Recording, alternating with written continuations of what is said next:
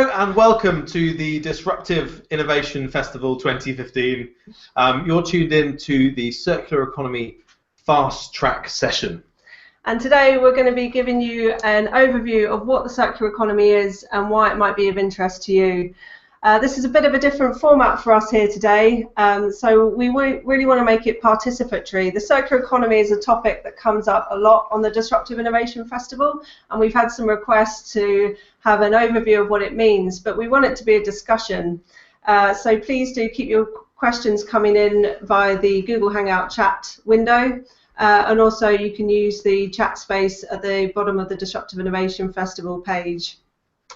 And our wonderful assistant Dale, who's waiting in the wings, will be filtering the questions through and putting them to us. So, as Jules says, do submit your questions throughout the session, and we can't wait to hear them.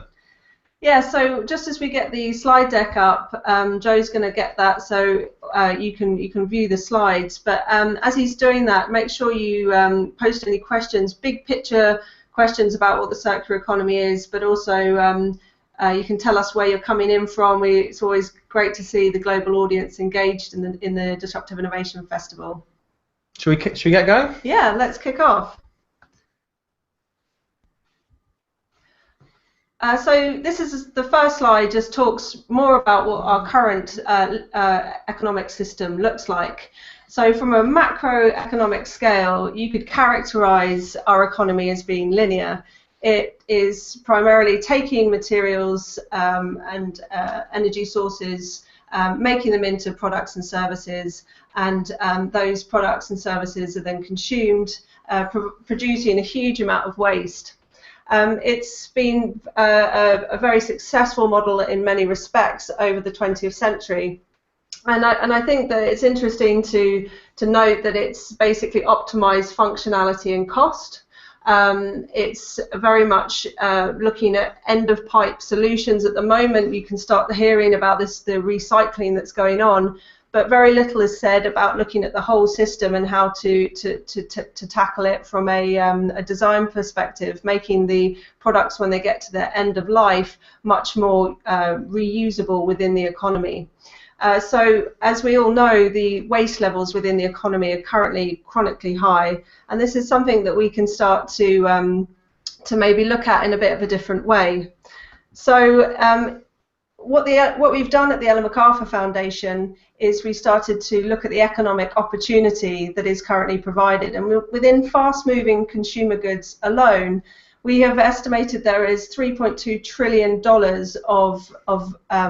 of material moving through the economy on a global scale, and within that, 80% of it is currently wasted.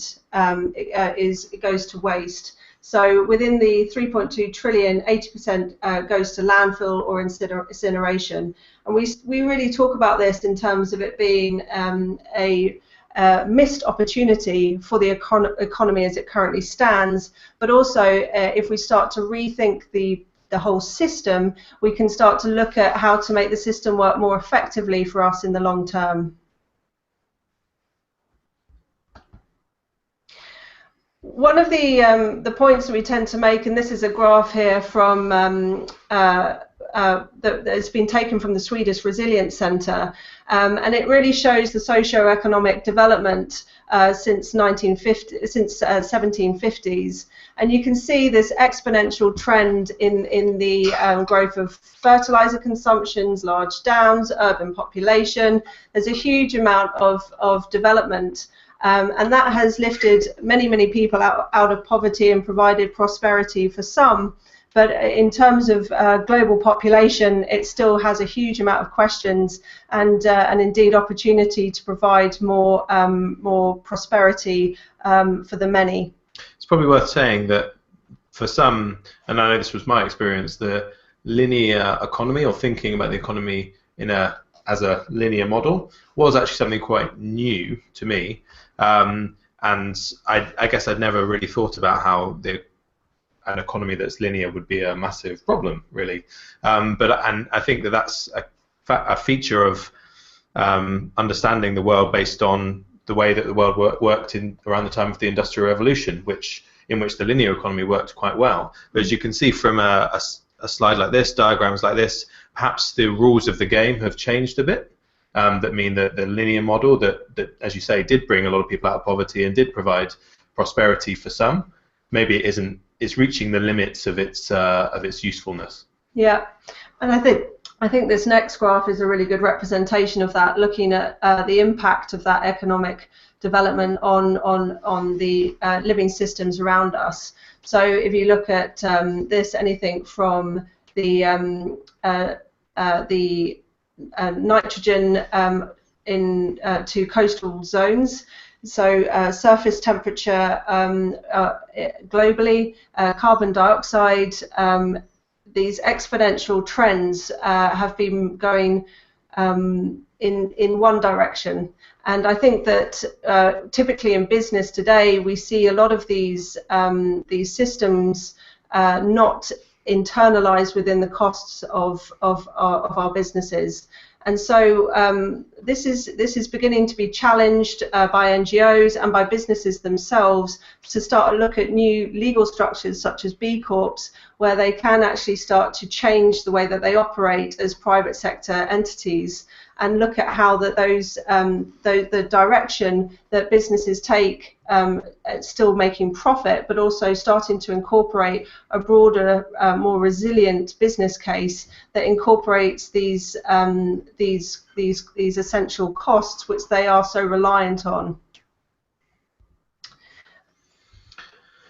So the circular economy, which we'll go into the model in a bit more detail in a couple of minutes, but it's not a completely new model. It has been around for some time, but we think that the time is right now for a transition to something away from a linear model that we've just described to something new and different, which we believe could be a circular economy. And there are a number of factors we see contributing to that, these conditions that make the time right for a transition.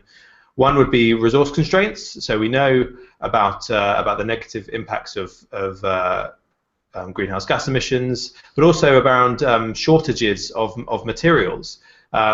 We broadly agree that a lot of materials, they're not really going to run out anytime soon. Human beings, I think, have been quite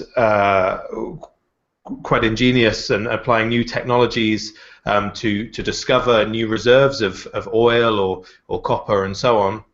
So these materials might not be running out. What we are seeing is people establishing more and more complex supply chains that are more open to disruption through weather or different geopolitical problems. And what we're developing is a model that's really not resilient to external shocks.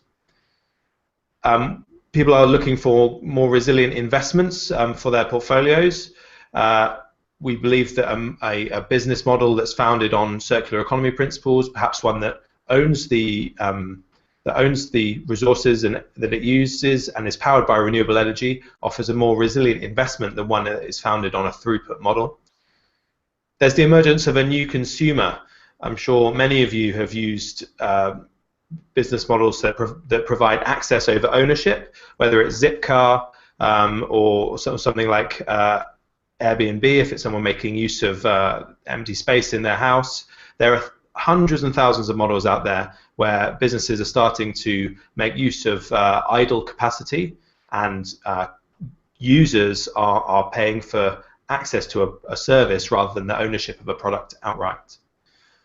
And finally, enabling technology. A lot of these new business models are facilitated by enabling technology. I think bike sharing has been tried in various places around the world, but didn't really take off until you could actually see whether a bike or a car would be available down your street at the time that you wanted it.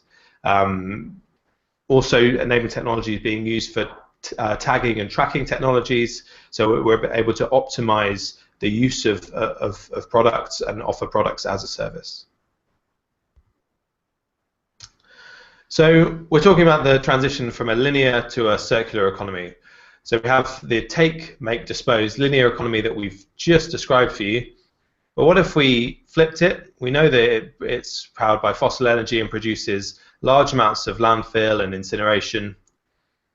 But we're talking about an economy that is different. It's composed of two cycles, a technical cycle and a biological cycle. On the technical side of things, we've got recycling. Many businesses, for many businesses, recycling is a route for their end-of-life products or any sort of waste products that they produce. But really, we see in a circular economy that would be the loop of last resort. And if you think about it, for whatever products that you use on a day-to-day basis, whether they're phones, laptops, cars, if you a lot of extra energy, labor, materials are added to that product, added to those raw materials to turn them into a product that ends up in your hands and that you use. So value is being added at each stage of the production and sales process. Strip all that away and reduce that product to its raw materials loses all of that embodied energy and materials in that product. So really, and in many cases, extra energy has to be added to break a product down to its raw materials. So really, recycling, while it is still a factor in the circular economy, it is a last resort. There are plenty more options for higher levels of value creation.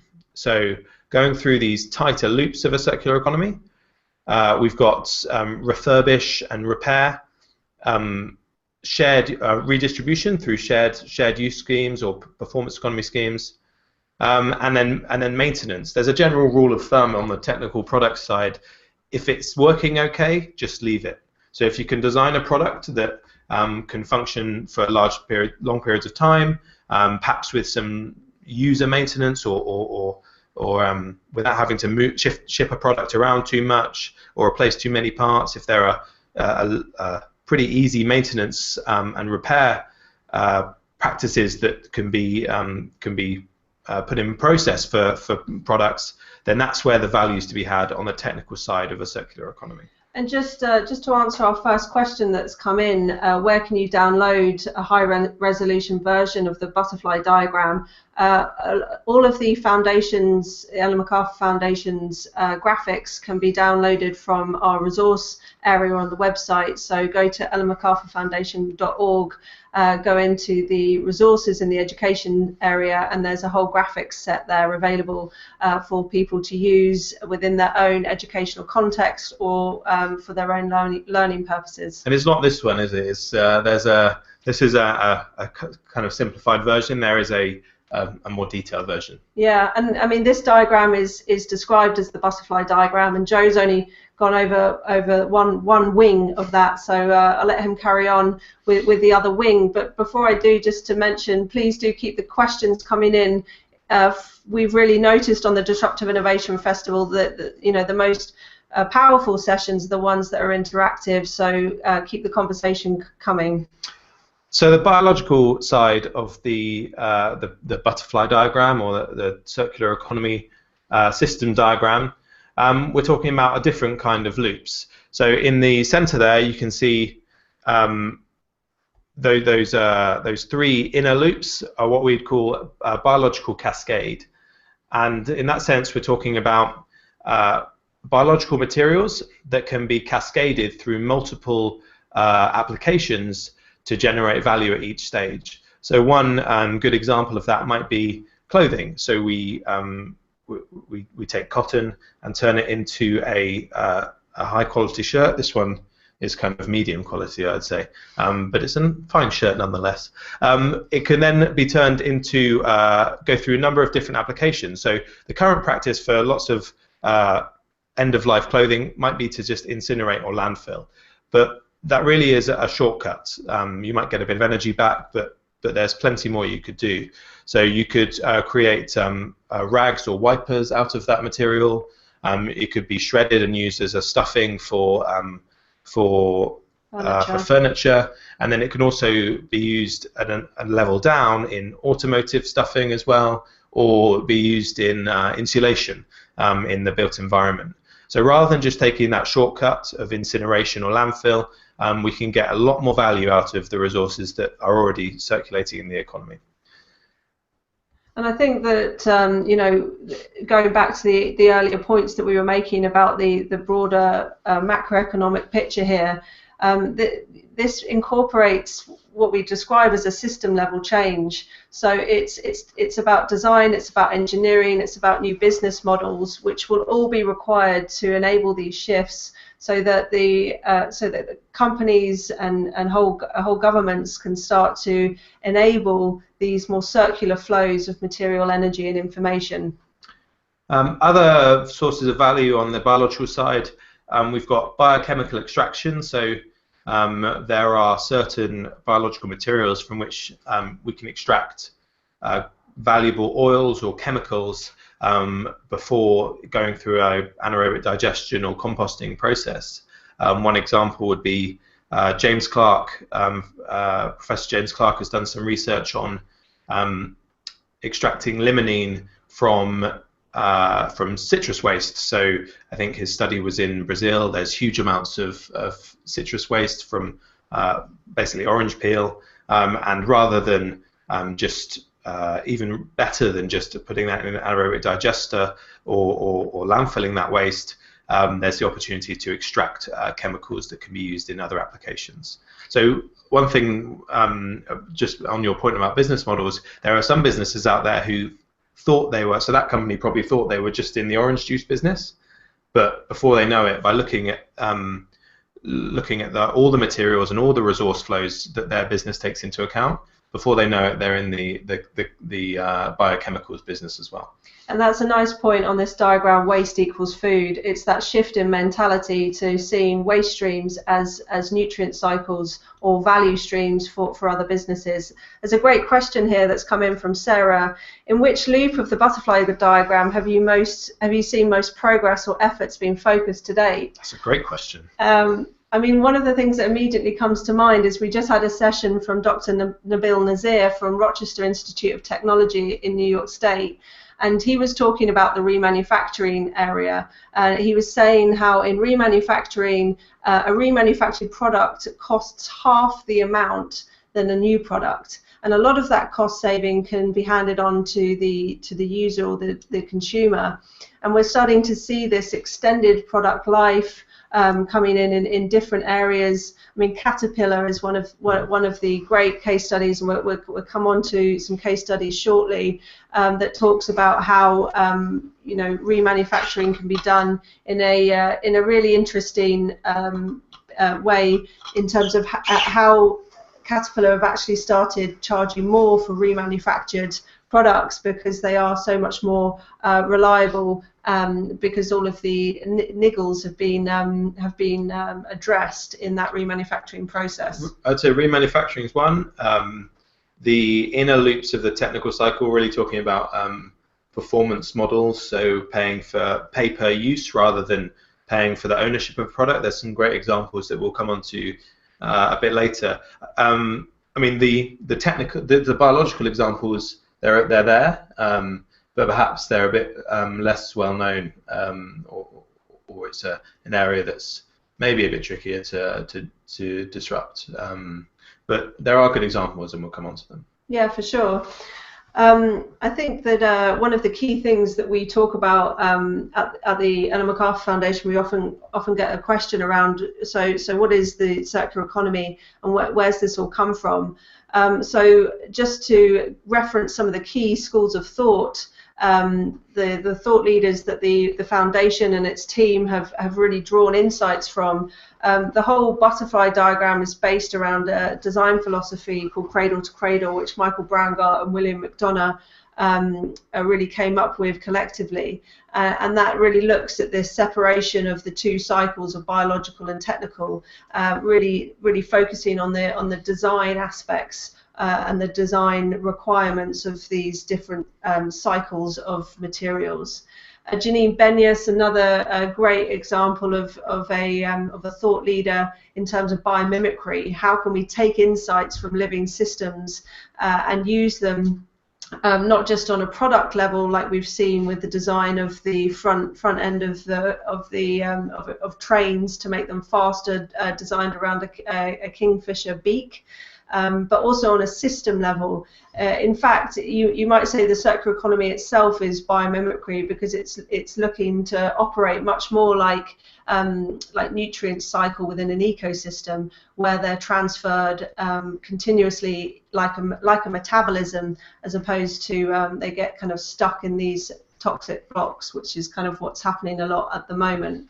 A performance economy with Walter Starhill, really looking at the shift from access over ownership. So we want access to all of the things around us, the machinery, the services, the cars, the power drills, even our access to films we want as a service now through Netflix. Amory Lovin's Natural Capitalism, really looking from an energy perspective about the shifts that will be required to really power the economy of the future. And industrial ecology plays a huge role in this, looking at how materials cycle and playing back into this idea of waste equals food. The waste of one industry can become the value nutrient for another business. So it's not necessarily a new concept, but it plays back into Joe's earlier point that really the time is very much now for this transition. I mean, the term circular economy, it was coined a number of years ago by, I think they're still under dispute, but it's been in the work of Bill and Michael, and also of Walter Starhill as well. So it isn't a new term, but it's something that is finding momentum and finding a real audience now. So this is an important slide in terms of the value creation, and I think this is a real point that we put a lot of emphasis on at the Ellen MacArthur Foundation, because we really do see that even in the current scenario there is a lot of economic opportunity, and that's without even plain tweaks to how businesses function. So we've described these in 4 ways. There's the power of the inner circle. So this is playing to the point earlier about how can we extend the product life and keep all of the embedded information and energy within products for longer. So this is where we start to see products having multiple uses, being fixed. We had a great session by iFixit looking at how products' lives can be extended. And how can that also start to affect the manufacturing process? So that's you could say is around durability as well. So yeah. A product that is long lasting. I think that's one not misconception, but one thing that people immediately think with the circular economy is that, or one design option could be, let's just make everything last longer. That might not work for every product, but for some, durability will be key. Yeah, and it links with the power of cycling longer. So in different products you have defined use periods. So some products might be defined to be used over a short period of time, but then designed to be easily disassemblable and remanufacturable and fed back in as a high value stream of materials and component parts, whereas others might cycle for longer and have more durability. The power of cascades, Joe mentioned earlier about how mainly in the biological cycle you'd have multiple uses that cascade down across many different values, as opposed to just short cycling. Say fabric, for example, the clothes that we wear wouldn't go straight to incineration, but they'd have multiple uses, and Joe mentioned some earlier. It's probably those dollar signs are on there for a reason as well. There is the opportunity to create multiple cash flows. And one of the best examples, if you are looking into this in more depth, is the blue economy, the work of Gunter Pauli, and one of his best examples was around spent coffee grains. So by rethinking and what happens to coffee grains after they've been used, you can grow mushrooms on them. The mushrooms can feed people. They could feed animals. The animals could be eaten. That creates value for more people. This is at the end of the day. This is not just about benefit directly to business, although that's part of the model. This has the opportunity to create a wider benefit for more people. Yeah, and I think the job creation aspect is an area that we're particularly interested in. There's a great question that's come in of you've mentioned change. How do you see things? How do you see these changes happening as humans generally feel uncomfortable with change? Well, I think it's a great question. I think that one of the ways that at the foundation we try and look at this is about inspiring people to engage in this. So whether you come from a design background, whether you come from a business background, engineering, built environment, socio-economic, whatever background you come from, there is a way in which you can engage in this agenda that will affect the direction of travel of our economy. And I think that that's really the kind of hook that we try and explore, and we find is really resonates with people, is about inspiring them in where we are now in the economy and where we'd like to get to, and their role in that transition. And again, I think it's about embracing it. We're seeing many companies now, and researchers and individuals and policymakers, other NGOs, really embracing the change. One of Walter Stahel, who we were mentioning earlier, one of his favourite lines is that survival is not mandatory. That businesses do have to, and the economy itself has to adapt. And that's I guess where we're seeing the difference between those that are embracing that change and those that are resisting it. It's not going to be easy, and there will be risk and opportunity in everywhere. But it's I think it is about learning to adapt. So we're going to move into some case studies, and just to mention, there's a great question that's come in around how we can build the circular economy mindset in our school system, which we'll come on to in a minute, but we'll just go through a couple of case studies first. So, as I said, it's not easy. It's there are many challenges. These were the ones we identified in some earlier analysis a couple of years ago, but I think that they're pretty much the same today, and different businesses have overcome them separately, but really they're some of the big barriers. So firstly, circular design and production. We understand that most products today aren't really designed with the circular economy in mind. They're not really. It's quite rare for a product to have the second, third, fourth life of it taken into account, or the fact that it might one day be returned to a natural system if it's a packaging product or a biological product, for example. There are certain design tweaks that can be implemented in the product design and production phase that would make these circular business models more feasible. And on the subject of business models, new business models are another area where there needs to be there are signs of progress, but it's another challenge. We're talking about models that prioritize access over ownership, or the recovery of products, selling remanufactured products, for example. There are great examples that we'll come on to, but most businesses are still thinking in that linear mindset. The reverse cycle, the economy of today and the businesses that have been basing their business model on that throughput system are exceptional at getting their products out into people's hands. So we've had a long time to refine that linear supply chain to the point where it's working kind of amazingly well. It's fragile, but it is hyper efficient.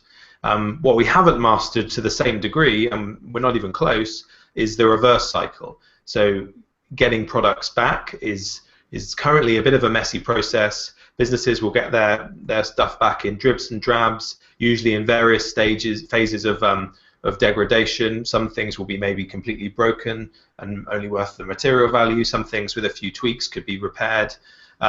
So the reverse cycle isn't really set up at the moment to establish more circular business models.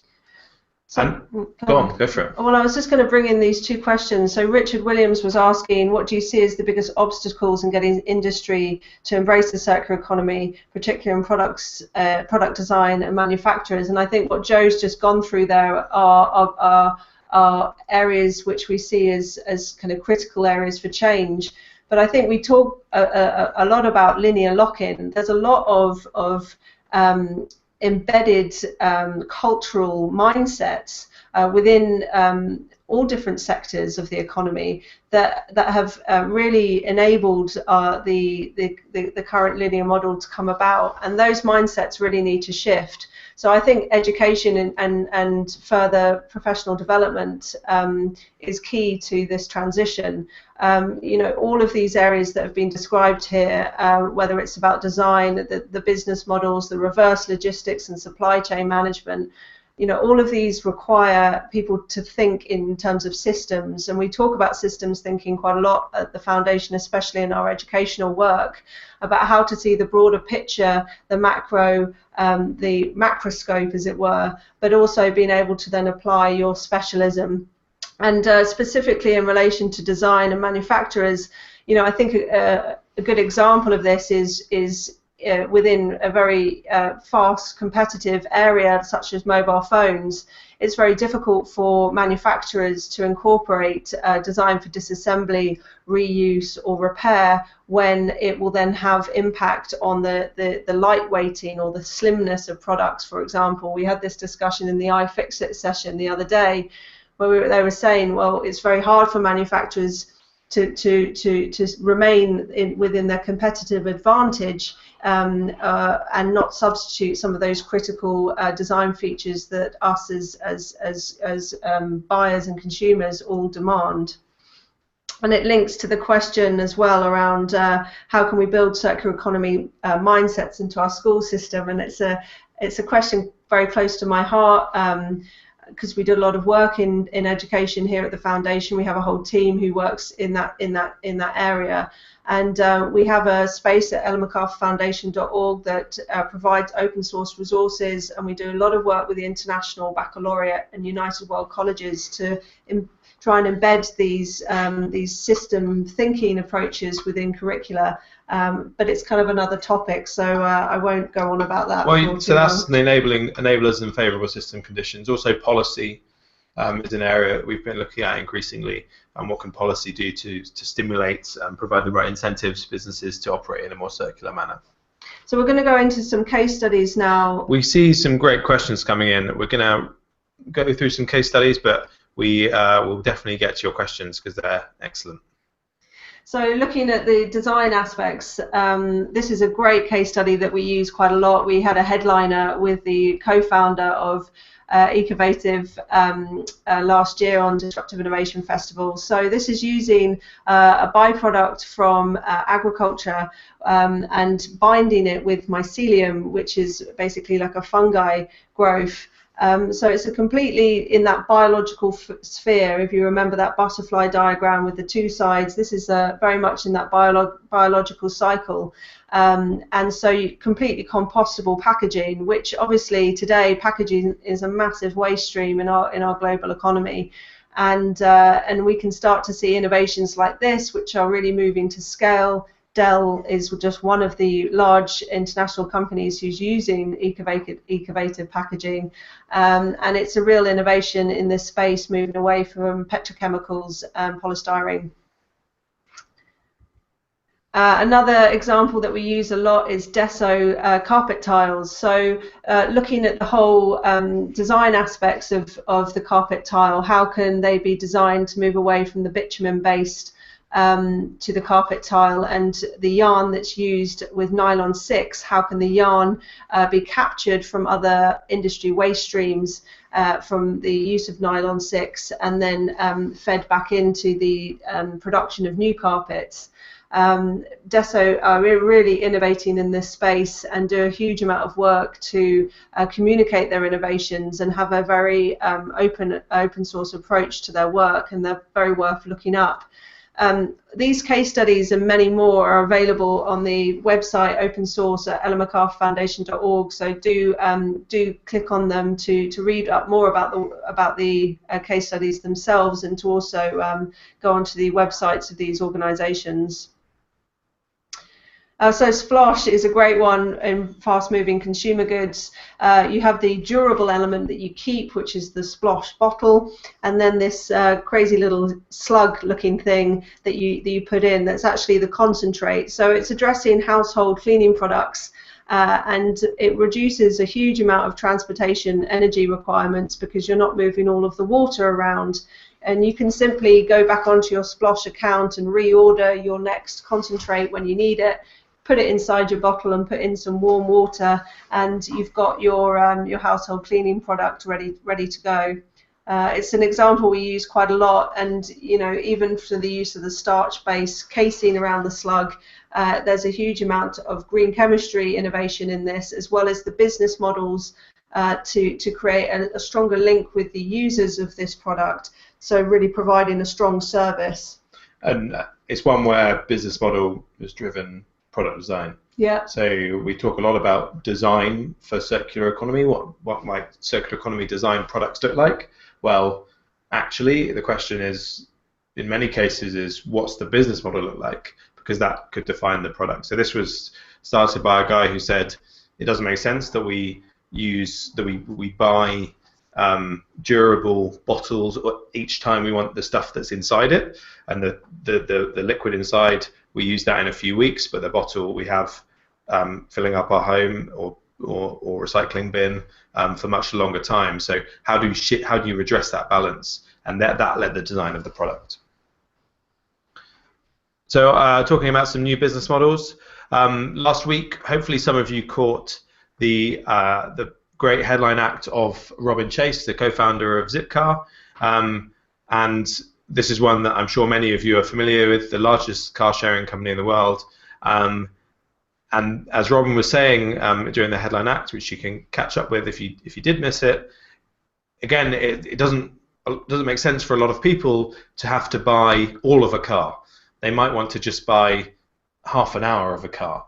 And for the increasing number of people who are seeing car ownership a burden, especially in cities, that could be a really appealing prospect. So rather than a car sitting idle for whatever extremely large percentage of time it is, 95% of the time, what if it could get much more use by being shared amongst the local population? This idea of access over ownership, we kind of get it with cars, and we get it.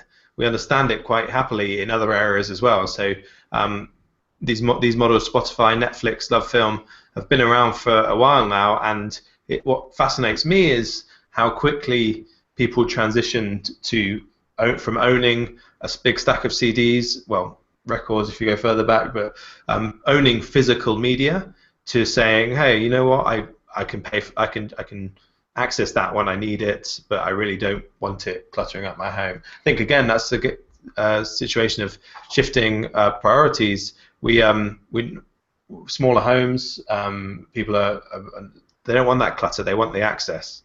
So great question that's just come in, Joe. Maybe you can give your view on that. Is on the sharing economy.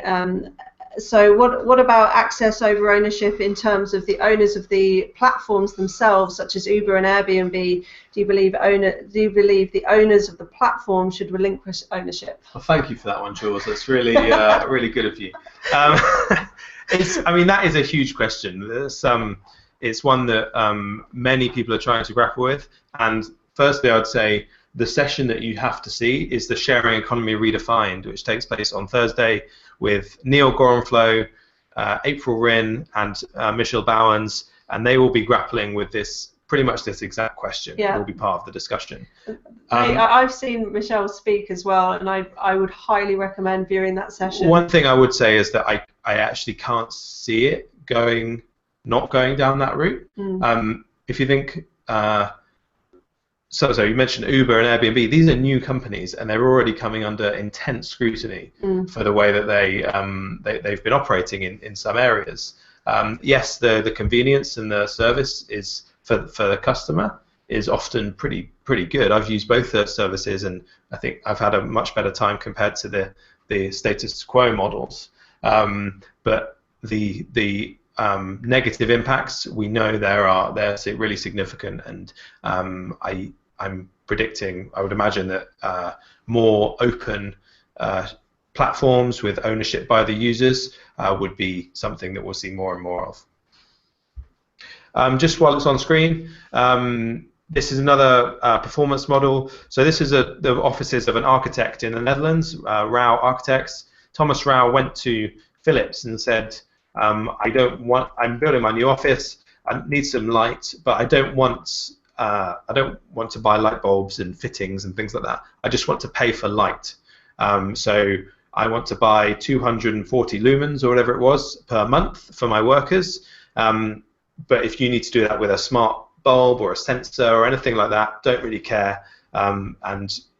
Philips, he pays a flat rate.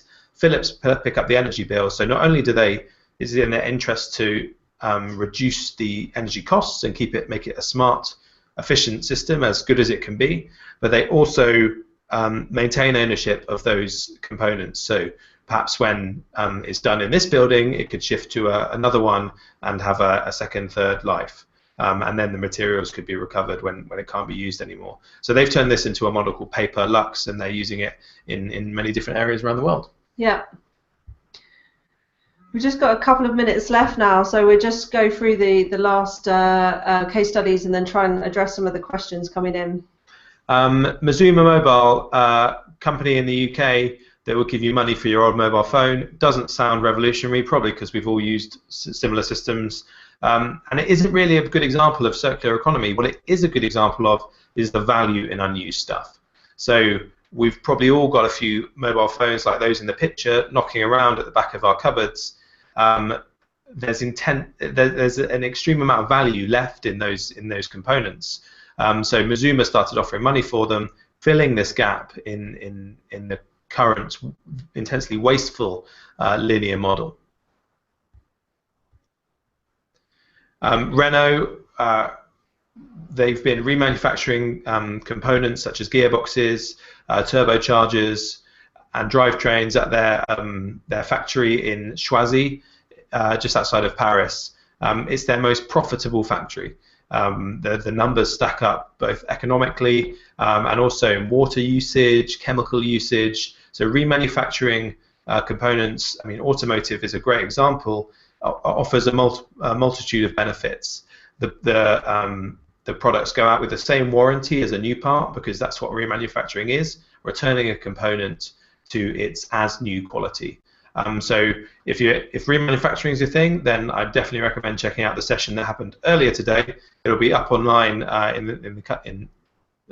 the week progresses with Nabil Nazir, as Jules mentioned, Rochester Institute of Technology. Great examples around remanufacturing. Caterpillar is the one we mentioned earlier. It's really well known because they've really nailed this, and their whole business model is based on reman, and a particular product of theirs can have remanufactured engine blocks that go through 3 cycles of remanufacturing before it starts to affect the performance of that particular piece. And they actually sell their remanufactured items at a higher amount than the new ones, but half of that is actually a deposit that you effectively get back when you return the product. So there's this kind of return of components and products back into the cycle. So a really interesting case study to look at. Well, I guess some businesses don't really know what to do with products when they get them back, whereas Caterpillar is an example where they love it. They want those products back because the core, the stripped down component, that's the lifeblood of their business. And I think if we skip this slide and just basically go on to the kind of current definition that we have for a circular economy, and I think the key words here is that it's restorative and regenerative by design.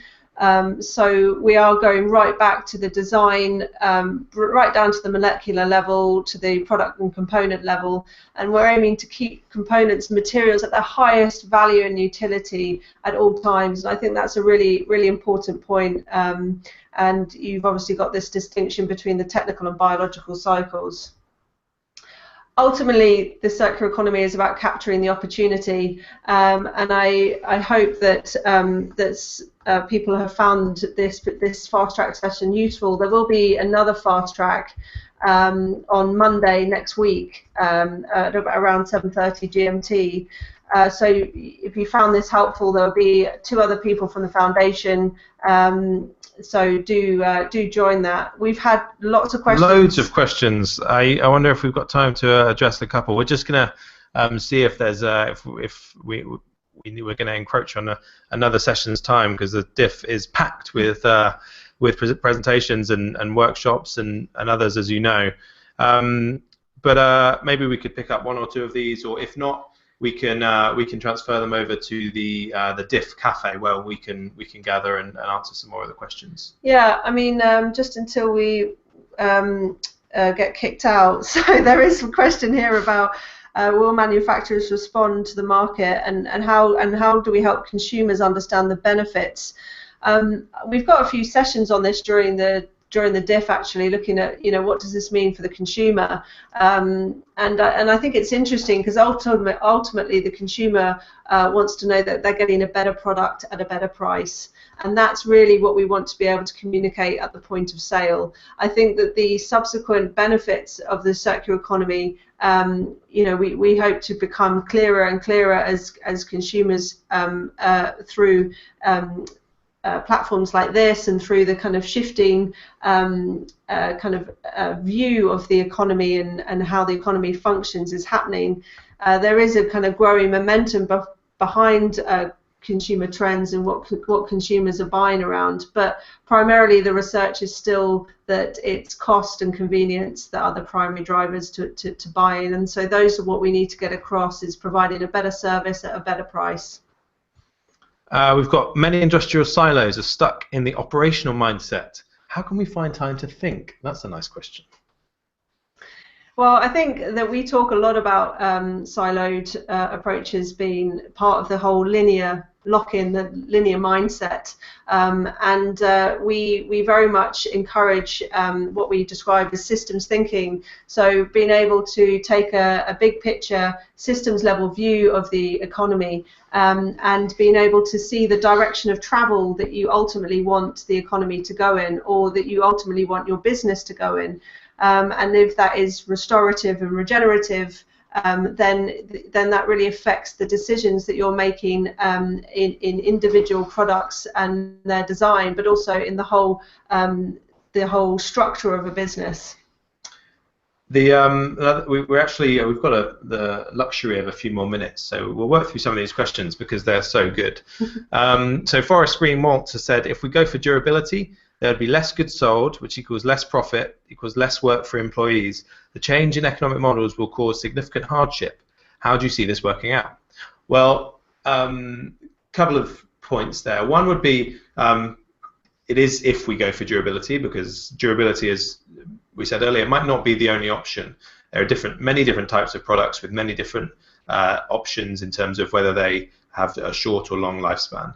Secondly, if the business model is really thought through, then we might shift from a model that, so currently a business often generates money only when a product is sold. That's the kind of linear throughput model.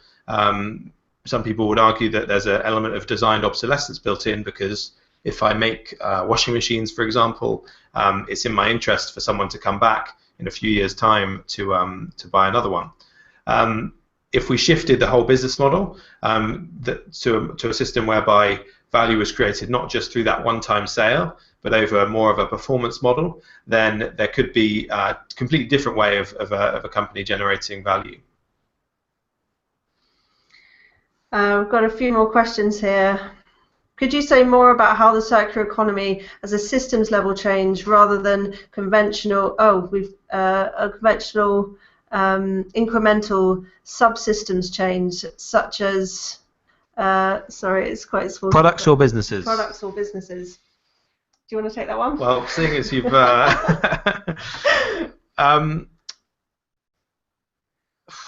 Yeah, I think that you know, it's very easy to talk about system change, and it's quite a kind of big buzzword.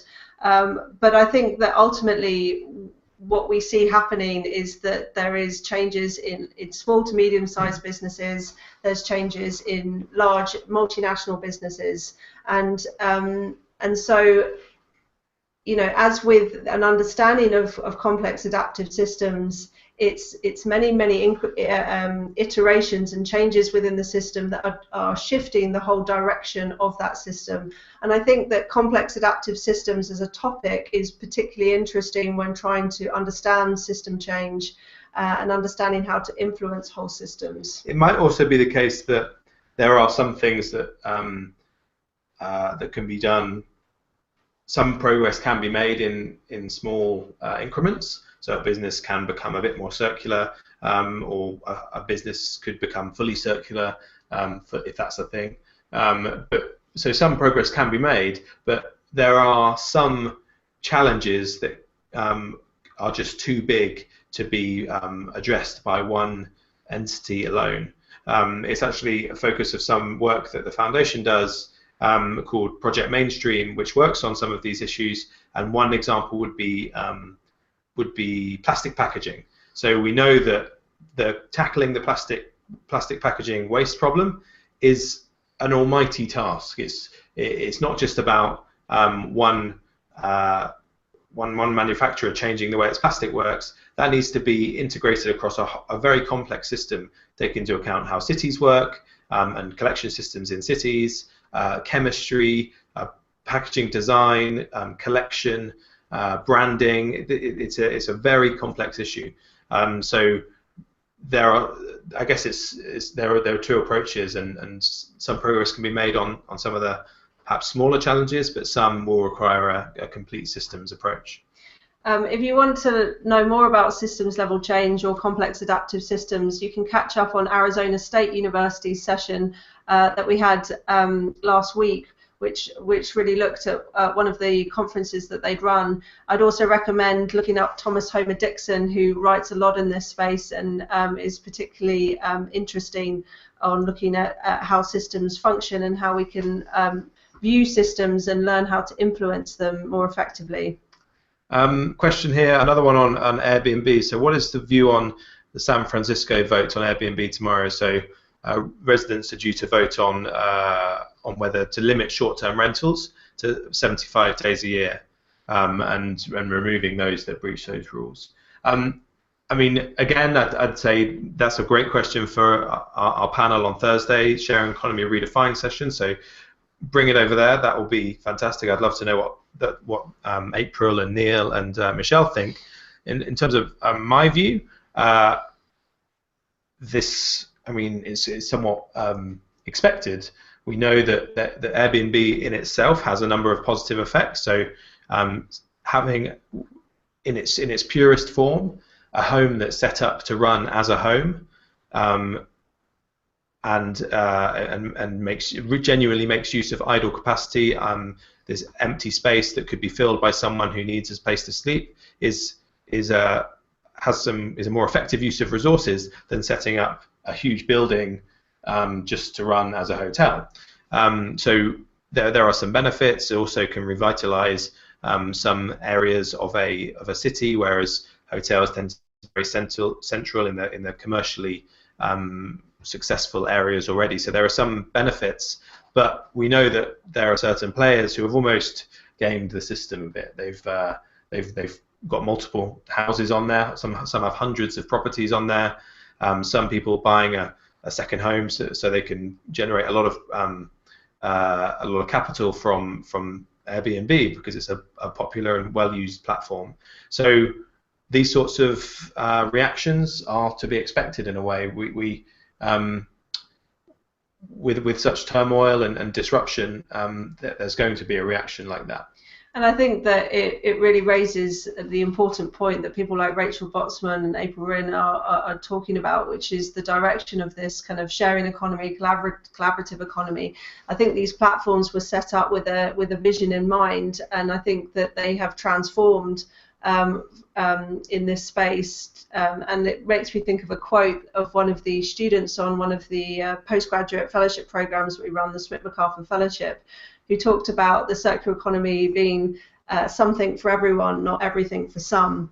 And I think that these sorts of platforms, are potentially reinforcing the direction of travel for profit, which is funneling wealth upwards to a few, whereas they were originally set up to kind of create more equality and provide more prosperity across multiple scales, as opposed to continue the direction of funneling wealth upwards. Hopefully that answers Marika's question as well, to some extent. So he or she says that promoting the circular economy just helps transnational corporations become even stronger and keep dominating the world.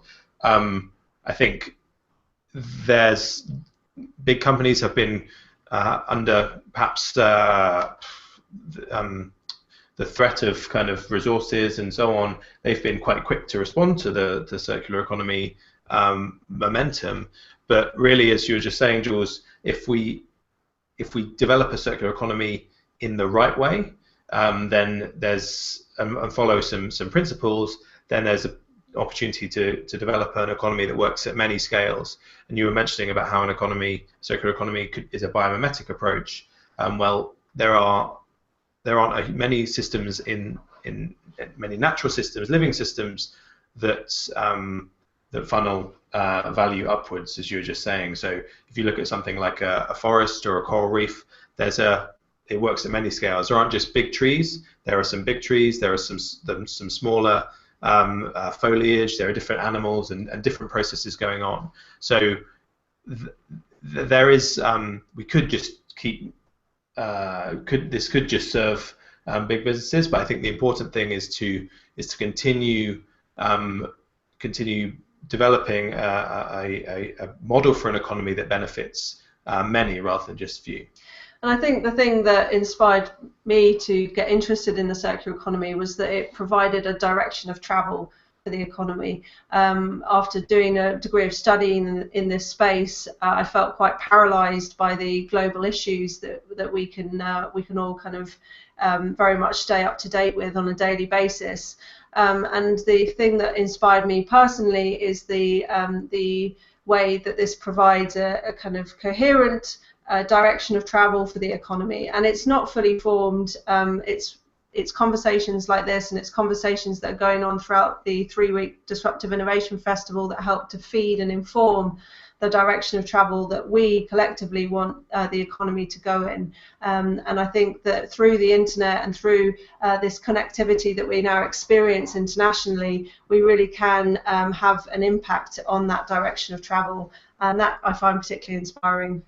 We've had lots of questions in. If we haven't had the chance to answer them, take them over to the Diff Cafe, thinkdiff.co/cafe, and start the discussion there. That's the discussion and engagement around the Diff doesn't just have to be during sessions like this. We can carry it on in the cafe. That's what it's there for. So there's more sessions coming up. I think Farm of the Future is starting at 4:30. So we're going to have to bid you farewell for this session. Thank you for all your fantastic questions. We hope it's been useful hearing a bit more about the circular economy as an overview, and that you can apply some of this thinking in the interactions throughout the rest of the Disruptive Innovation Festival. Got lots more sessions coming up today. I'd say don't miss the Green Chemistry and the Circular Economy from University of California, Berkeley, that's coming up at 7:15 tonight. And we've got our first headliner for this week, week 2 on the Diff, coming up tomorrow with Alison Vincent talking about the Internet of Everything and connecting the unconnected. So don't miss that headliner session. What are you looking out for, Joe? I am looking forward to open source circular economy tonight. Yeah. So the open mic sessions at the Diff are some of my favourite. A chance for anyone to host a session on anything they find interesting. And open source circular economy is a question that some of the questions we've had today have been mentioning. How much does open source movement come into this? We've touched upon it with the 3D printing session last week, but it's a subject that needs much more exploration. So tonight at 6 o'clock GMT, Open Source Circular Economy with the guys behind Open Source Circular Economy Days, which took place for the first time earlier this year. A great example of opening that discussion up. Thanks for everyone who's joined us online and who's participated in the conversation. I've really enjoyed it, and I hope you have. Thanks, everyone. Bye. Bye-bye.